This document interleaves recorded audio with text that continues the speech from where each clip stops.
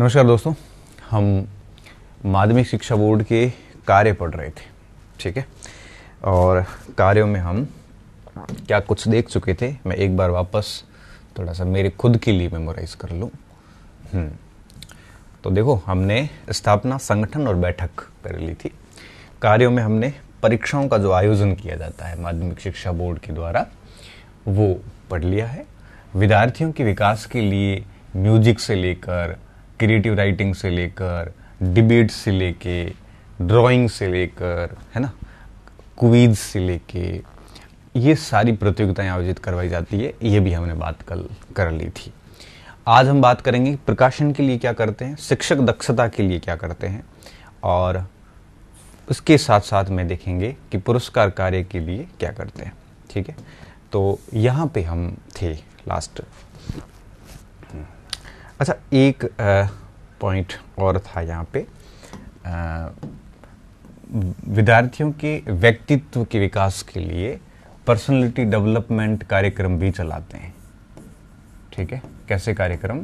Personality development कार्यक्रम या व्यक्तित्व विकास कार्यक्रम। ठीक है, ये चलाते हैं, ये भी आप लिख लेना। ठीक है, तो चलो, ये बी ऑप्शन हो गया था। अब हम आते हैं सी पे कि पब्लिकेशन के नाम पे ये लोग क्या करते हैं। ठीक है, प्रकाशन पर ये क्या करते हैं कि माध्यमिक शिक्षा बोर्ड जो है ये कोई पत्रिकाओं का प्रकाशन भी करता है या नहीं करता है। ठीक है, पब्लिकेशन जनरली किस लिए किए जाते हैं? पब्लिकेशन इसलिए किए जाते हैं कि साल भर की जो इनकी गतिविधियां वगैरह होती है, तो उनको आपके कोई जर्नल के माध्यम से आपके जनता तक पहुंचाना, विद्यालयों तक पहुंचाना कि भाई हमने इस सत्र में क्या क्या कार्य किए। तो इस क्रम में माध्यमिक शिक्षा बोर्ड भी एक त्रैमासिक जर्नल प्रकाशित करता है और इसे बोर्ड जनरल पत्रिका भी बोलते हैं। ठीक है,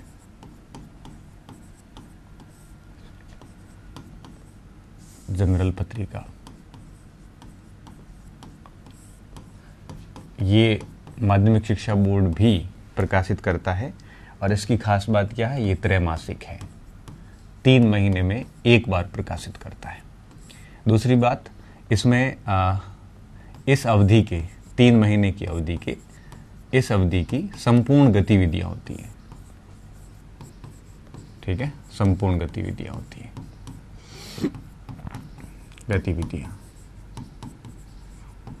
तो माध्यमिक शिक्षा बोर्ड जो है वो ये पत्रिका का पब्लिकेशन भी करता है, इसका थोड़ा सा ध्यान रखना। हालांकि पूछ लेते हैं कई बार ऐसे कि माध्यमिक शिक्षा निम्नलिखित में से कौन सी पत्रिका किस संस्था की है, ऐसे पूछने के चांसेस जो है वो रहते हैं यहाँ पे। ठीक है, तो एक तो बात ये होगी यहाँ पे। इसके अलावा अगर अपन देखें तो कैरियर काउंसलिंग के लिए, मार्गदर्शन के लिए, विद्यार्थियों के मार्गदर्शन के लिए कुछ लघु पुस्तिकाएं भी प्रकाशित समय समय पर की जाती है। तो ये भी हम लिख लेते हैं, मार्गदर्शन या करियर काउंसलिंग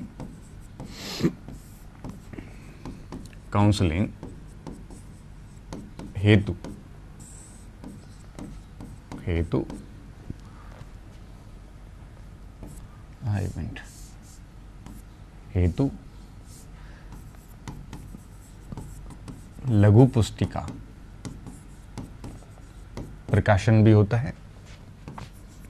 ठीक है, तो हालांकि ये कोई निर्धारित अवधि में नहीं है कि इस समय जारी करना ही करना पड़ेगा, इस वजह से इसको ज़्यादा इतना तवज्जो नहीं दिया जाता। एक होता है दिशा, जो शैक्षिक और व्यावसायिक अध्ययन मार्गदर्शिका है। तो एक दिशा पत्रिका आती है इसकी, जिसमें आपकी शैक्षिक मार्गदर्शन होता है। ठीक है, शैक्षिक मार्गदर्शन। ये दिशा पत्रिका जो है वो ऐसा कोई फिक्स टाइमिंग नहीं है इनका। ठीक है, दूसरा है आपके रोजगार के अवसर के लिए एक पत्रिका आती है जिसका नाम दृष्टि दिया जाता है। ठीक है, ये रोजगार के अवसर बताती है। ठीक है, रोजगार के अवसर। ठीक है, उसके बारे में बताते हैं कि दृष्टि का मतलब यही हुआ एक विजन या देखना, रोजगार का दृष्टि। इसके अलावा एक गार्गी भी आती है जिसमें बालिका शिक्षा को प्रोत्साहन देने का काम होता है।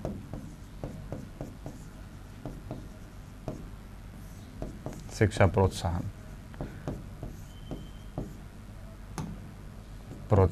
ये जनरली 5-7-10 पेज की छोटी छोटी यूं कहिए कि प्रोस्पेक्टिव टाइप गाइडलाइंस होती है। और एक होता है प्राइम, जिसमें निजी क्षेत्र में रोजगार के अवसर दिखाए जाते हैं। ठीक है, प्राइम।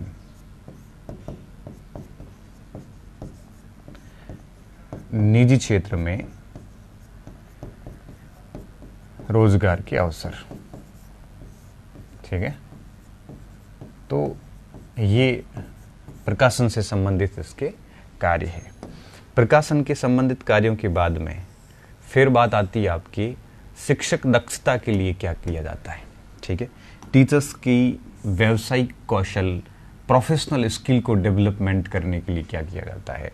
और अब हम शिक्षक दक्षता को देख लेते हैं, फिर हमारा ये पुरस्कार के साथ में माध्यमिक शिक्षा बोर्ड पूरा हो जाएगा। यहाँ से एक सवाल बनने की पूरी गुंजाइश रहती है विद्यार्थियों। ठीक है, प्रकाशन के बाद में चौथे नंबर पे शिक्षक दक्षता या शिक्षक आप कह सकते हो कि उन्नयन हेतु क्या किया जाता है। ठीक है,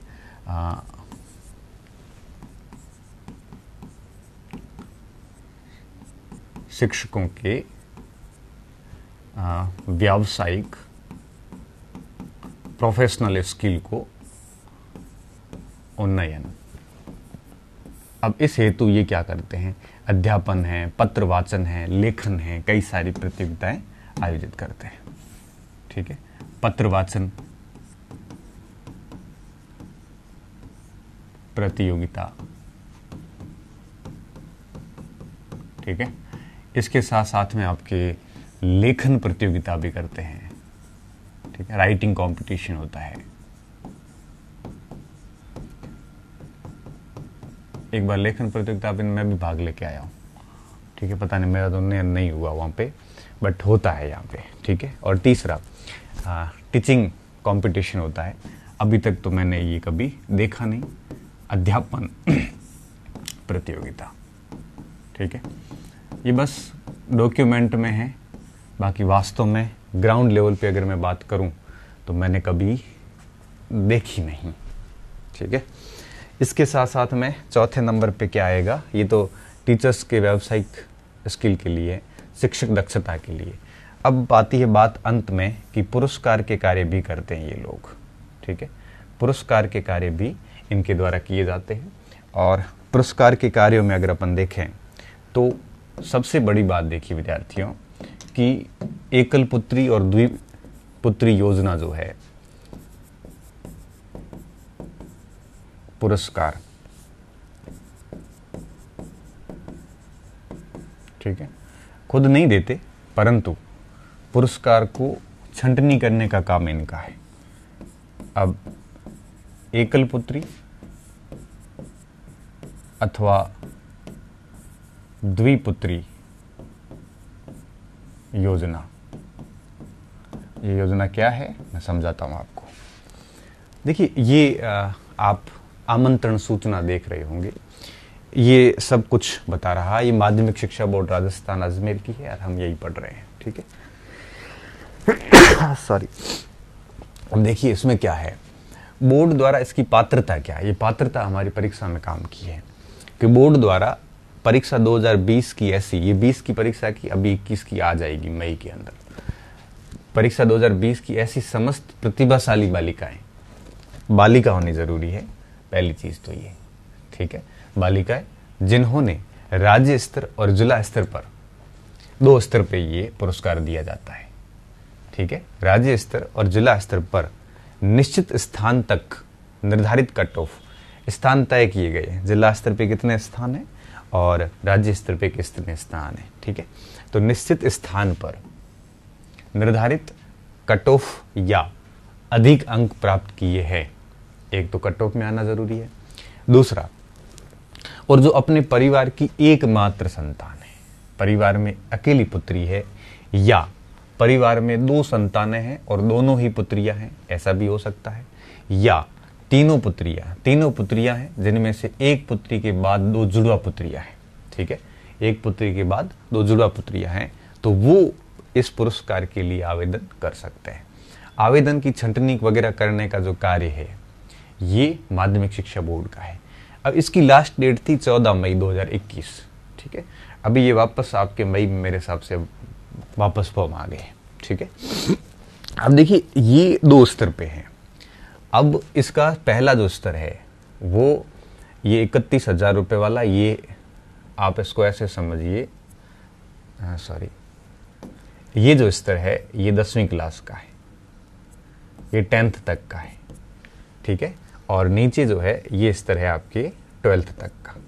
तो 10वीं क्लास के अंदर जो बच्ची कट ऑफ में आएगी उनको 31,000 रुपये दिए जाएंगे राज्य स्तर पे, और जिला स्तर की कट ऑफ में अगर आती है, ठीक है, तो उसको दिए जाएंगे 11,000 रुपये, चाहे 12वीं की बच्ची हो चाहे वो आपके 10वीं की हो।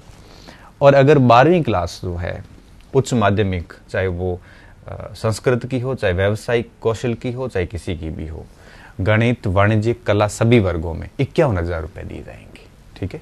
तो राशि 2 टाइप में है आपके, 31,000 10वीं तक के लिए और 51,000 12वीं के लिए और 11,000 राज्य जिला स्तर पर दी जाएगी, ठीक है।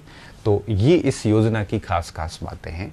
एकल या द्विपुत्री योग्यता पुरस्कार है ये, ठीक है। इसका संचालन भी माध्यमिक शिक्षा बोर्ड के द्वारा किया जाता है, ठीक है। तो अब हम क्या करते हैं, अब हम थोड़ा सा इसको समझ लेते हैं, ठीक है। इसके साथ ही मैं योग्यताएं लिख रहा हूं, आप भी लिख लेना इसको। पहली बात कि 2012 से चल रही है ये, 12 से, ठीक है। दूसरी बात क्या है कि इसमें एकल या द्विपुत्री होनी चाहिए। वो मैंने आपको बता दिया कि या तो माँ बाप की एक ही बेटी हो या 2 बेटियां हो, या पहले एक बेटी भी और फिर 2 ट्विन के रूप में 2 बेटियां भी हो। तो माँ बाप की अगर बेटियां ही हैं और 2 बेटियां हैं या एक बेटी है या 3 बेटियां, 3 बेटियों में एक कंडीशन है, एक बेटी पहले भी, फिर दूसरी संतान में फिर 2 बेटियां एक साथ हो गई तो फिर 3 बेटियां भी हो जाती हैं, ठीक है। एकल या द्वि जो भी आप लिखो, पुत्री होनी जरूरी है, ठीक है। बच्चे हैं तो लड़का है तो फिर ये नहीं मिलेगी। फिर निर्धारित कट ऑफ में आना जरूरी है।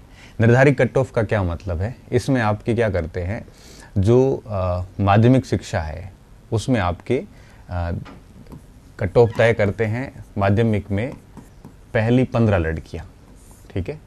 जो फर्स्ट रैंक से 15 रैंक तक जितनी भी लड़कियां आएगी, टॉप 15 लड़कियां, टॉप 15 का मतलब ये होता है कई बार 1% पे 10-10 लड़कियां आ जाती है, एक पॉइंट में 20-20 लड़कियां आ जाती हैं, ठीक है। इस बार कट ऑफ कितनी रखी, देखो 15 लड़कियां 583 पे आ गई, ठीक है। 583 नंबर 600 में से जिसके भी आए उसको ये पुरस्कार मिला है, ठीक है। तो देखिए आगे 1 से 15 बच्चियां। और जो प्रवेशिका है ये 10वीं, इस प्रवेशिका के लिए देते हैं आपके टॉप 10 लेते हैं 1 से 10 तक, ठीक है।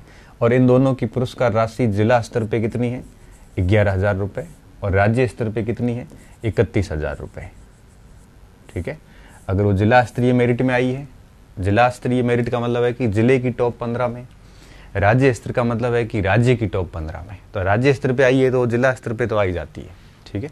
अब दोनों को दिया जाता है कि नहीं दिया जाता, ये एक बार वापस, ये तो अंदर ही पता होगा उनको। मेरे हिसाब से दोनों पुरस्कार मिलने चाहिए, ठीक है। तो एक तो बात होगी इनकी ये। दूसरी बात है उच्च माध्यमिक की। अगर अपन उच्च माध्यमिक की बात करें तो देखो 31,000 और 11,000, ये तो बात हो गई यहाँ पे, ठीक है। अब उच्च माध्यमिक में 10 लिया जाता है, टॉप 10। सीनियर सेकेंडरी में 1 से लेकर 10 तक, और आपके जो ये वरिष्ठ उपाध्याय है इसमें लिया जाएगा 5, कितने, 1 से 5 तक। छात्रवृत्ति कितनी मिलेगी, 11,000 मिलेगी जिला स्तर पे, और 51,000 मिलेगी इनको राज्य स्तर पे, ठीक है। तो कट ऑफ पार करनी जरूरी है, और फिर इनको खाते में, बैंक खाते में जो है वो पैसे भेज दिए जाते हैं। तो ये इसकी पूरी की पूरी योग्यताएं हैं। ये आपको बढ़िया तरीके से याद रखनी है, पूछी जा सकती है। ठीक है, तो ये बात हो गई यहाँ पे पुरस्कार से संबंधित।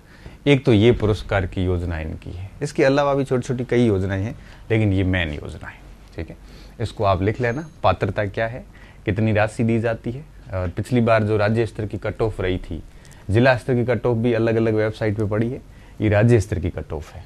ठीक है, राज्य स्तर की 583, 585, 539 ऐसी कट ऑफ रही थी इनकी।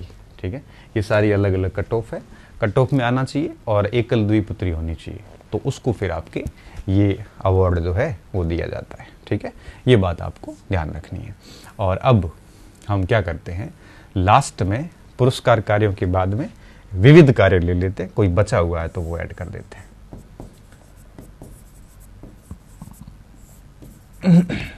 ठीक है, अब मुझे उम्मीद है कि आपको सारी बातें समझ में आ गई होंगी, क्योंकि मैंने बहुत ही सरल तरीके से चीजों को अच्छे से समझा दिया है। ठीक है, विविध कार्यों पे आते हैं हम, डी और ई में आते हैं। विविध कार्य, विविध कार्य,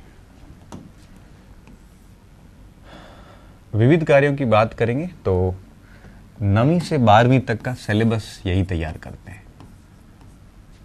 कक्षा 9 से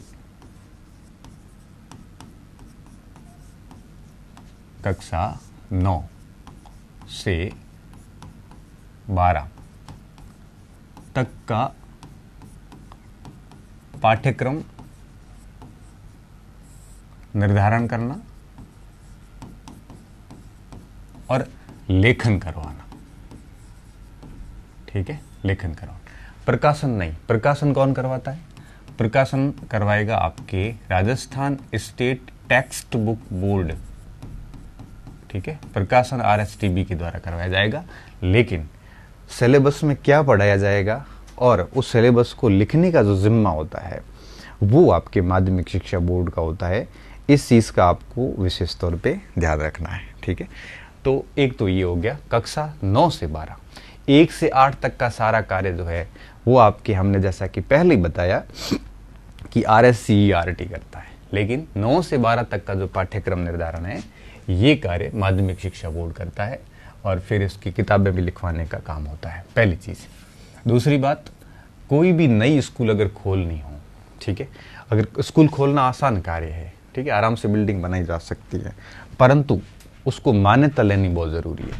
तो विद्यालयों को मान्यता देना, उसमें नए संकाय खोलना, उस विद्यालय को क्रमोन्नत करना, ये सारे कार्य भी माध्यमिक शिक्षा बोर्ड के द्वारा किए जाते हैं। ठीक है, तो देखिए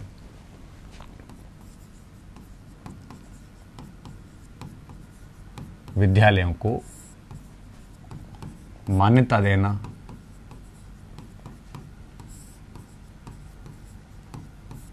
नवीन संकाय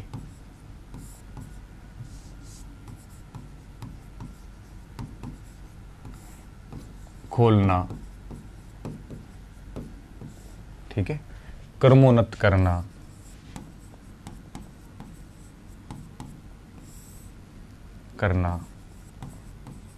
इत्यादि, ये कार्य भी माध्यमिक शिक्षा बोर्ड के होते हैं। ठीक है, विद्यालय कौन से, ये 10वीं तक के विद्यालय की बात, उससे ऊपर वाले विद्यालयों की बात हो रही है, 8वीं से ऊपर वालों की। ठीक है, तो ये सारे के सारे जो कार्य होते हैं ये विद्यार्थी कौन करता है, ये माध्यमिक शिक्षा बोर्ड के द्वारा किए जाते हैं। ठीक है, मान्यता लेने के लिए इनको माध्यमिक शिक्षा बोर्ड में जाना पड़ेगा। ठीक है, ये पूरी मान्यता समिति बैठती है इनकी, और ये मान्यता समिति के द्वारा ये सारी चीजें जो है वो संपादित की जाती है। ठीक है, इसके अलावा तीसरा पॉइंट, आजकल क्या है कि कई सारी दिक्कतें आती है स्टूडेंट्स को, मार्कशीट चाहिए, माइग्रेशन चाहिए, तो उसके लिए सभी जिलों पे एक विद्यार्थी सेवा केंद्र स्थापित किया गया है माध्यमिक शिक्षा बोर्ड के द्वारा। ठीक है, तो विद्यार्थी सेवा केंद्रों का संचालन करना, विद्यार्थी सेवा केंद्र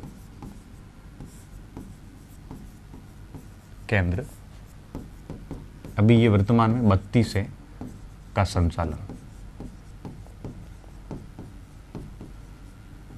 ठीक है, संचालन करना, इसमें ये क्या क्या करते हैं, मुख्य रूप से इसमें आवर्जन प्रमाण पत्र देना, जैसे अपन माइग्रेशन कहते हैं, और अंक तालिका देना। ठीक है, अंक तालिका देना, ये दोनों कार्य इसके होते हैं यहाँ पे। ठीक है, ये विविध कार्यों में आ जाएगा। इसके अलावा जो भी आपके नकल जैसे प्रकरण होते हैं, जैसे हम कह सकते हैं कि राजस्थान अनुचित साधनों का जो रोकथाम है वो ये करते हैं। ठीक है, राजस्थान सार्वजनिक परीक्षा अधिनियम 1992 के तहत राजस्थान सार्वजनिक परीक्षा अधिनियम 1992 के तहत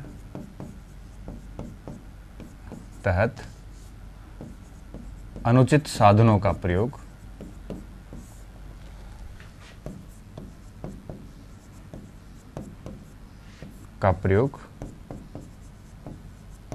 रोकते हैं। ठीक है, ये सारे कार्य माध्यमिक शिक्षा बोर्ड के आते हैं। ये भी महत्वपूर्ण कार्य हमने विविध में इसलिए लिखा है कि पहले लिखा नहीं, इसलिए हम इसको अब यहाँ लिख रहे हैं। ठीक है, ये चीज़ें आपको यहाँ पे ध्यान रखनी है। तो ये माध्यमिक शिक्षा बोर्ड के मेन कार्य थे जो मुझे ठीक लगे, इतने आपको जानने ही चाहिए। ठीक है, तो ये बात हो जाती यहीं पे पूरी।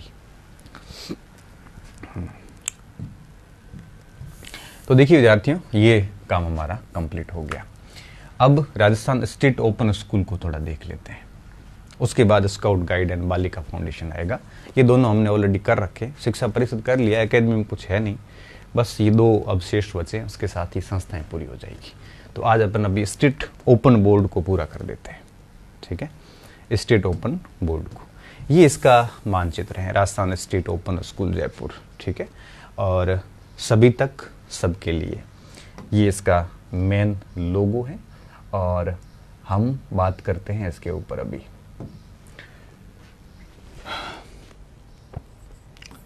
राजस्थान स्टेट ओपन, ये अभी स्थापित हुए स्कूल, ओपन स्कूल 2005 में ये काम करना शुरू किया है। जयपुर में है ये इसका कार्यालय। ठीक है, राजस्थान स्टेट ओपन स्कूल। ठीक है, हाँ, ये किस लिए स्थापित किए गए? देखिए विद्यार्थियों, ये पहली दूसरी तीसरी क्लास नहीं करवाते, ये 10वीं और 12वीं क्लास करवाते हैं डायरेक्ट। ठीक है, और जिस भी बच्चे की उम्र 14-15 वर्ष से ऊपर हो गई है, वो कोई भी 10वीं या 12वीं में डायरेक्ट एडमिशन ले सकता है। ठीक है, तो दूर बैठे पढ़ाई होती है, स्कूल जाना नहीं पड़ता, और 15-20 सब्जेक्ट होते हैं, उनमें से कोई 5 सेलेक्ट करने पड़ते हैं, और 5 को पास करने के 9 बार अटेम्प्ट दिए जाते हैं। साल में 2 बार परीक्षा होती है, मार्च अप्रैल में होती है, एक अक्टूबर नवंबर में होती है। तो 9 वर्षों में वो कभी भी 9 अटेम्प्ट दिए जाते हैं, कभी भी वो पास कर सकता है। तो कहने का मतलब है कि सभी तक और सबके लिए एजुकेशन है, ये कोई भी यहाँ पे पढ़ सकता है। इसके लिए ऐसे स्कूलिंग होनी कंटिन्यू ज़रूरी नहीं है कि भाई 9वीं का एडमिशन लेना है कि साहब 8वीं की मार्कशीट लाओ। इसमें सीधा 10वीं में जाके कोई भी 10वीं कर सकता है। ठीक है, 12वीं कर सकता है, बस उम्र देखी जाती है। इसके साथ साथ इसके अंदर आपके 2005 से ये सिस्टम काम कर रहा है, और मैंने कई बच्चे, जैसे मेरे 1-2 कोई पड़ोसी है, तो एक बार एक बच्ची किसी क्लास में फेल हो गई थी, तो मैंने उसको राजस्थान स्टेट ओपन बोर्ड से भरवाया। ये कंटेंट भी देते हैं, अपना मटेरियल भी है इनका, इनकी पुस्तकें भी अच्छी आती थी पहले, आजकल तो भेजते नहीं भेजते पता नहीं, बट इनका कंटेंट भी ठीक ठाक है, और शॉर्ट में काफ़ी स्तरीय पेपर भी आता है इनका। ठीक है, तो थोड़ा सा जान लेते हैं इनके बारे में, कोई विशेष कुछ है नहीं यहाँ पे। तो 21 मार्च 2005 को इसकी स्थापना की गई। ठीक है, देखिए सबसे पहली चीज़, स्थापना कब हुई इसकी, एक सेकेंड, 21 मार्च 2005 को स्थापना हुई। ठीक है, सोसाइटी एक्ट के तहत इसको स्थापित किया गया जयपुर के अंदर, पहली बात। तो ये तो बात हो गई इसकी स्थापना की कि ओपन बोर्ड जो है ये स्थापित कब हुआ, तो अब आप कंफ्यूजन नहीं होना चाहिए, ठीक है। 21 मार्च 2005 को हुआ। अब बात आती है इसके मेन उद्देश्य क्या है। इसके अगर उद्देश्यों की बात करें तो पहला उद्देश्य आपके सामने है, सभी तक और सबके लिए शिक्षा। सभी तक व सबके लिए शिक्षा, एक तो इसका ये मोटो है। दूसरा है शिक्षा। अब इसी लोगों को थोड़ा सा और खोलें तो शिक्षा की सर्वसुलभता, शिक्षा की सर्वसुलभता मतलब सभी तक,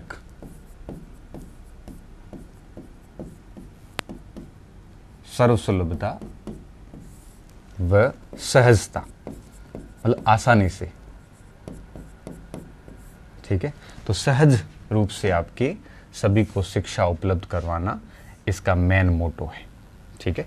और तीसरी बात क्या है, तीसरी बात यहाँ पे ये है कि ये शिक्षा पद्धति जो है ये आपके स्कूल से बाहर सीखने के संसाधनों को औपचारिक मान्यता देती है। स्कूल से बाहर सीखने के संसाधनों को मान्यता,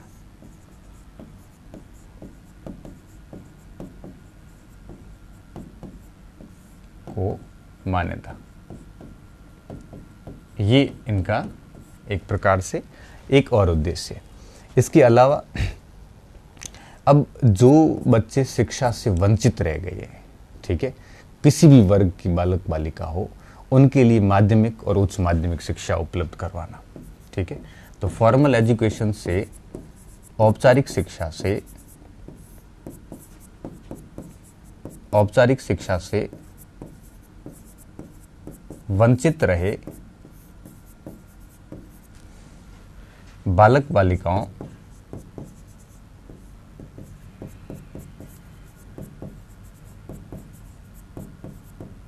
को 10वीं 12वीं करवाना। अच्छा, खास बात क्या है कि इसकी मान्यता हर जगह पे है। जहां जहां माध्यमिक शिक्षा बोर्ड की मार्कशीट चलती है वहां वहां इसकी मार्कशीट भी चलती है। सेना में जाओ चाहे रेलवे में जाओ, कहीं पर भी नौकरी लो, NIOS की मार्कशीट जो है, सॉरी RSOS की, ये मार्कशीट हर जगह पे चलती है। स्टेट ओपन की मार्कशीट को कहीं पर भी रोका नहीं जाता। बस इसके अंदर एडमिशन लेने की प्रक्रिया क्या है। अब जैसे आपको 10th में एडमिशन लेना है, ठीक है। अब मान लो आपको 10वीं करनी है। अब 10वीं करनी है तो फिर आपको क्या चाहिए, आपकी उम्र देखी जाती है। आपकी उम्र जो है उस समय न्यूनतम ऐसा माना जाता है कि न्यूनतम आयु आपकी 14 वर्ष होनी चाहिए, ठीक है। 14 वर्ष आपकी आयु होनी जरूरी है। आपने 9th किया नहीं किया जरूरी नहीं है, लेकिन 14 वर्ष आयु होनी चाहिए। फिर 15 विषय हैं टोटल, विषय में से कोई 5 चुनने पड़ते हैं। इसमें कोई बाध्यता नहीं है कि आपको एक अंग्रेजी लेनी पड़ेगी, ठीक है, चुनने होते हैं। कोई भी 5 विषय चुनो और फिर उसको 9 अटेम्प्ट में पास कर लो। तो ये आपके, इसीलिए हम इसको सभी तक और सबके लिए शिक्षा कहते हैं, ठीक है। तो अधिकतम आयु की कोई सीमा नहीं है, 14 वर्ष न्यूनतम आयु है, ठीक है, न्यूनतम आयु, ठीक है। और हम कह सकते हैं या लिख सकते हैं कि अधिकतम सीमा नहीं है, अधिकतम सीमा नहीं, कितनी भी आयु हो सकती है, लेकिन न्यूनतम जरूरी है। और न्यूनतम आयु आपकी 14 वर्ष होनी जरूरी है। ये 10th में अगर किसी को एडमिशन लेना है तो ये बात है, ठीक है। और विषय 5 विषय चुनने होते हैं, अनिवार्य कुछ भी नहीं है, अनिवार्य विषय का कुछ है नहीं। ऐसा नहीं कि नहीं आपको गणित अंग्रेजी 10th है तो लेनी पड़ेगी, ऐसा कोई ज़रूरी नहीं है। आप अपनी सुविधा के अनुसार अपनी पसंद, और बेचारे की बड़ी मुश्किल से तो 10वीं में एडमिशन करके पास करवा रहे हैं, ऊपर से ऐसे बाध्यकारी विषय डाल दे तो फिर हालत ख़राब हो जाती है ना, इसलिए फिर ऐसा नहीं करते। अब देखिए, तो अब आप इसको ऐसे कह सकते हो कि ये तो बात थी इसकी 10वीं क्लास की। अब अगर आपको 12th में एडमिशन लेना है तो 12वीं का भी अपना रूल्स है। रूल्स क्या है? उम्र होनी चाहिए न्यूनतम 15 वर्ष, 15 वर्ष आयु न्यूनतम, अधिकतम की कोई सीमा नहीं। दूसरी बात, 20 विषय है, विषय में से 5 लेने हैं, ठीक है, और 5 सब्जेक्ट लिए जाएंगे जो कि आपको 9 अटेम्प्ट में पास करने हैं। पहले अटेम्प्ट में भी आप कर सकते हो, ये आपके ऊपर है, और आप धीरे धीरे आराम से भी कर सकते हो, ये भी आपके ऊपर है, ठीक है। तो 20 विषय में से 5 विषय लेने होते हैं। अब इन दोनों की जो परीक्षा है विद्यार्थियों, अब साल में, अच्छा उक्त दोनों 5 वर्षों में, सप्लीमेंट्री जैसा प्रावधान नहीं है, 5 वर्षों में उत्तीर्ण कर सकते हैं, ठीक है, कर सकते हैं। और इस हेतु 9 अवसर दिए जाते हैं। साल में 2 बार परीक्षा होती है, तो एक बार फॉर्म भरे जाते हैं, फिर 9 अवसर दिए जाते हैं, ठीक है। अब आप 5 विषय ही है, एक अवसर में एक विषय भी पास करें ना तो भी आदमी 5 अवसर में, मतलब 2.5 साल में वो पास हो जाएगा, ठीक है।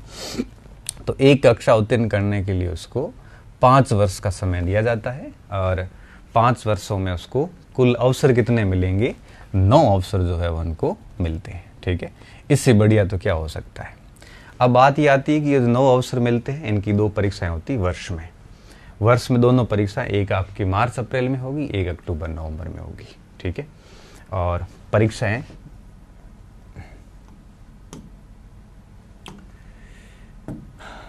परीक्षा जो है ये 2 होंगी साल में, एक मार्च अप्रैल में और दूसरी होगी आपकी अक्टूबर नवंबर में। बताओ इससे सरल क्या हो सकता है? कितनी सहूलियत दे दी ताकि सभी तक और सबके लिए एजुकेशन है वो पहुंच सके। इस वजह से ये सारा कार्य किया जाता है, ठीक है। अब ये बात तो हो गई कि राजस्थान स्टेट ओपन स्कूल क्या करता है। राजस्थान स्टेट ओपन स्कूल 10वीं और 12वीं कक्षाओं को पास करवाता है, ठीक है। और उसके लिए औपचारिक शिक्षा जरूरी नहीं है। आप यूं कहिए कि सीधे 10वीं और 12वीं में एडमिशन ले सकते हो, उम्र के ऊपर है, ठीक है। तो ये चीज़ें हैं और बाकायदा मान्यता प्राप्त है, सारी चीज़ें मान्यता प्राप्त है, कोई दिक्कत नहीं है। तो ये स्टेट स्कूल ओपन स्कूल की बात हो गई। अब थोड़ा सा लास्ट में और देख लेते हैं इसके संबंध में कुछ बातें और।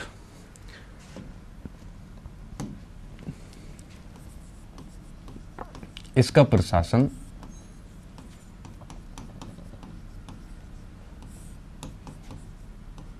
निम्न तरीके से चलता है। अब ये प्रशासन कोई पूछता नहीं है इसका, ठीक है। फिर भी हम थोड़ा सा देख लेते हैं, क्योंकि जब इतनी सारी बातें कर ली तो कोई एक पॉइंट को छोड़ना ठीक भी नहीं है, ठीक है। तो एक तो होती है इनकी शासी परिषद, एडमिनिस्ट्रेटिव काउंसिल, शासी परिषद होती है, ठीक है। और ये क्या करती है, इसमें आपके सभी प्रकार के नीतिगत निर्णय लिए जाते हैं।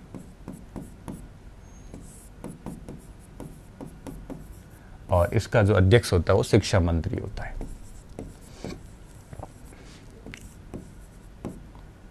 अध्यक्ष कौन होता है? शिक्षा मंत्री, ठीक है, ये बात होगी। अब एक होता है निष्पादक मंडल, जिसका काम होता है इन निर्णयों को लागू करना। निष्पादन परिषद, ठीक है, परिषद ये क्या करती है, ये निर्णयों को लागू करती है, निर्णयों का लागूकरण, ठीक है। और जो राजस्थान शिक्षा और संस्कृत शिक्षा का जो सेक्रेटरी होता है वही इसका निष्पादक मंडल का सभापति प्रमुख होता है, ठीक है। तो प्रमुख शासन सचिव स्कूल एवं संस्कृत शिक्षा, इसका प्रमुख कौन होता है,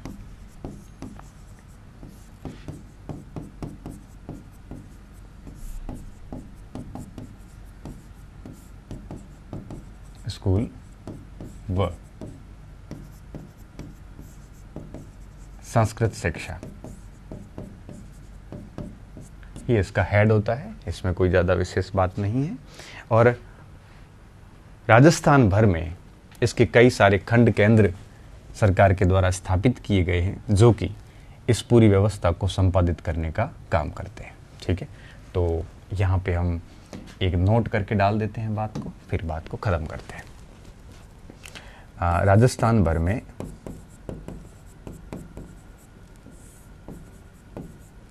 खंड केंद्र या ब्लॉक सेंटर लगभग 400 के आसपास है, खंड केंद्र स्थापित कर रखे हैं, स्थापित किए हैं।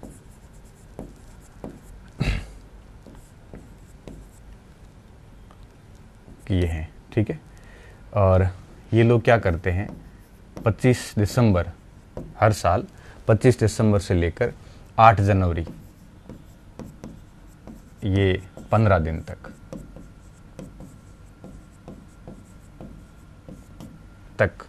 व्यक्तिगत संपर्क कार्यक्रम भी आयोजित करते हैं,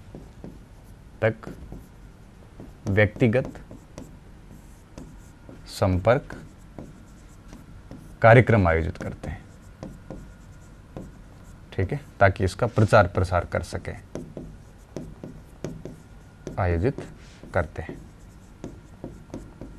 दैट ऑल, बस इस बातों को ध्यान रखना, ये इतना ज़्यादा कुछ नहीं है यहाँ पे। तो हम पहुँच गए यहाँ पे। अब 2 बड़े संस्थाएं रही हैं, तो कल हम स्काउट गाइड और बालिका शिक्षा फाउंडेशन पे बात करेंगे, ठीक है। ये 3 हो गया है, एकेडमी में कुछ छोटा सा है, कुछ ज़्यादा नहीं है, ठीक है। तो भारत स्काउट एवं गाइड ये काफ़ी इंपॉर्टेंट है, यहाँ से 1 सवाल हर साल आ रहा है। बहुत बहुत धन्यवाद विद्यार्थियों, अच्छे रहिए, मस्त रहिए और पढ़ते रहिए।